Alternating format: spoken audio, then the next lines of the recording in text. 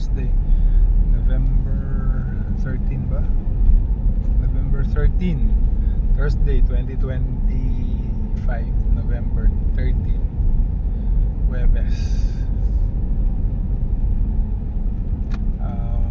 Gusto ko lang i-record at ito yung mga gusto kong balikan pagka wala na ako sa heavy duty, pagka hindi na ako nagtatrabaho, nag-retire na ako.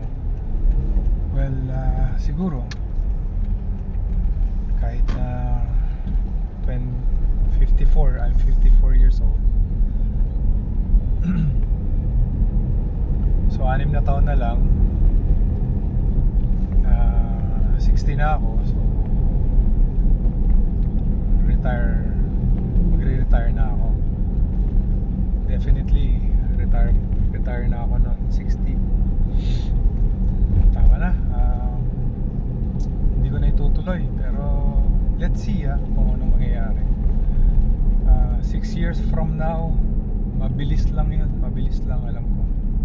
Sobrang bilis lang nun. Kasi ngayon,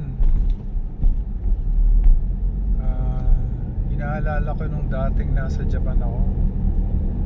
Nag-start yun ng 1999 hanggang 2006. Pero mo, 2006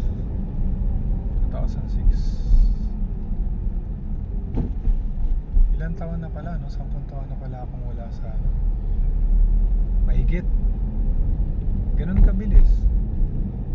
Parang tapos pagtingin mo, tingnan mo yung mukha mo, talagang maninag mo na I'm old na. So yung mga puting buhok nandiyan na.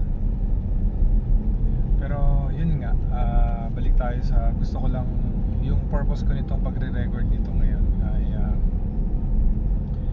nagtatrabaho pa ako kasi hindi ko nagawa to nung nasa Japan ako. May mga videos ako doon, kaso lang nandoon hindi ko na siya ma-play.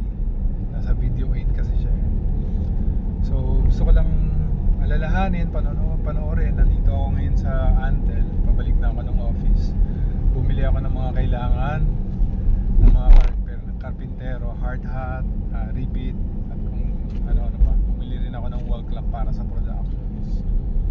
So ito yung trabaho ko, bumili ng mga kailangan sa office. Tapos pag walang ginagawa, gagawa ng timekeeping. Pagka first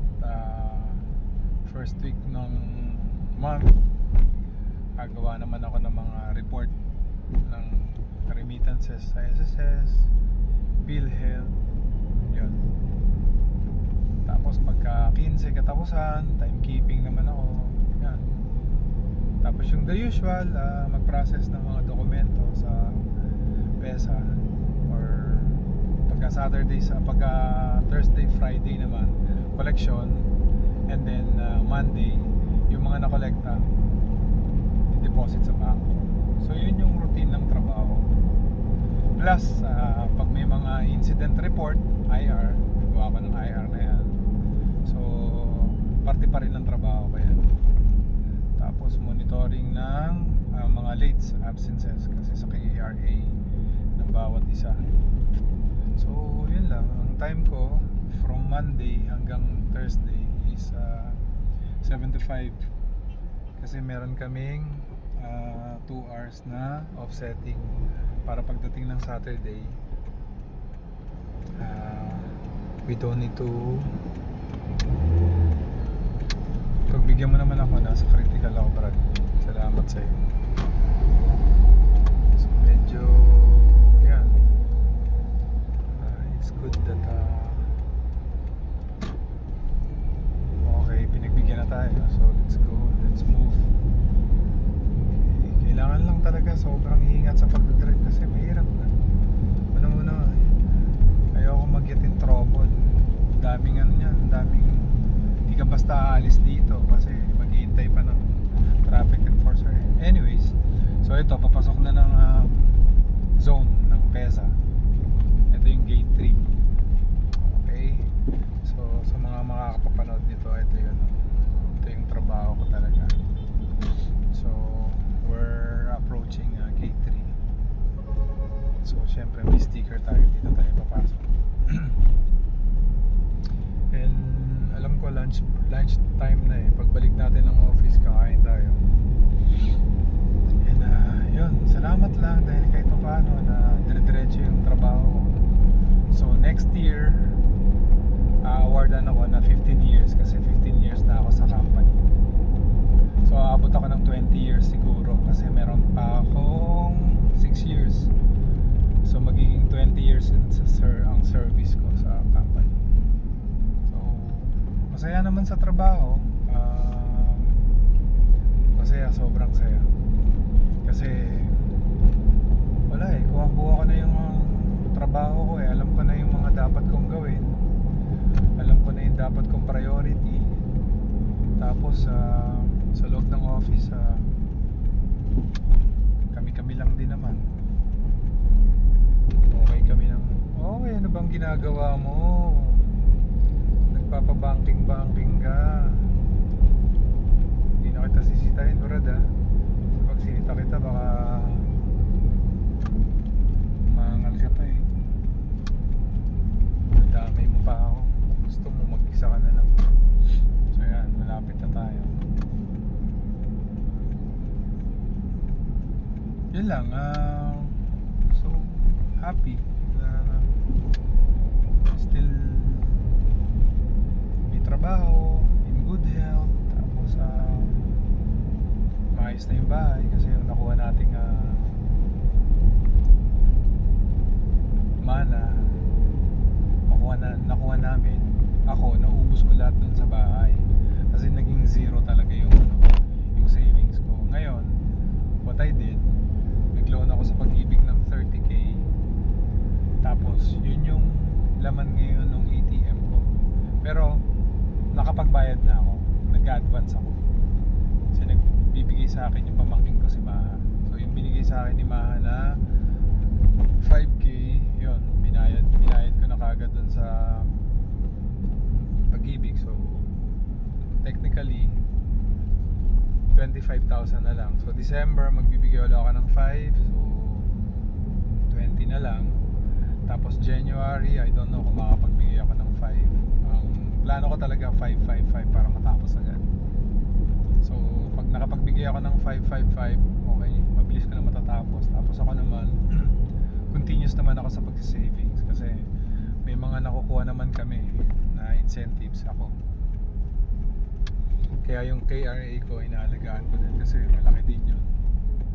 Plus yung sa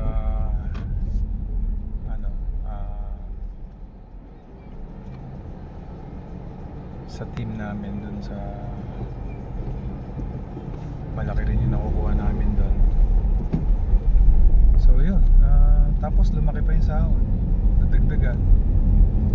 Nasa 20,000 plus na yung sahod ko per month. Wala pa dun yung mga incentives ko.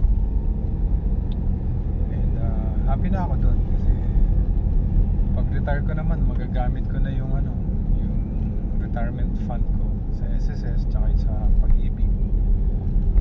Basta talaga alaga lang sa good health para dire-diretso. Tapos ang plano ko lang naman tulungan yung mga nangangailangan ng tulong, gaya sa Kuya Jelen, mga pinsan ko, yung mga talagang nakikita kong kailangan nila ng tulong. Yun lang naman yung gusto ko. Tapos ngayon hindi pa gawa yung paupahan ko kasi siguro more than a month na simula nung umalis yung last tenant ko, and kailangan siyang ayusin. Yun ang hindi inabot nung pagpaparenovate ko, pagpapagawa ng bahay kasi naubos na. So ngayon nag-iipon ako para doon palitan yung CR, palitan yung kisame, tapos repaint, tapos bibili ng bagong inodoro. Yun lang naman. At sorry naman, may nakasundot pala sa akin na container. Hindi naman siya bumubusina, di ba? So in fairness sa kanya. So guys, nandito na ako sa office at papark ko lang to. Tapos bababa na ako. Tapos magla-lunch na din. Dito tayo magpapark sa kabila kasi ginagawang parkingan to ng Global eh. Okay guys, thank you. Ayan yung mga napamili ko. Pakita ko lang. Yan yung mga napamili ko. Okay? Tapos yan na yung office. So, thank you. Hanggang sa ulitin. Bye-bye.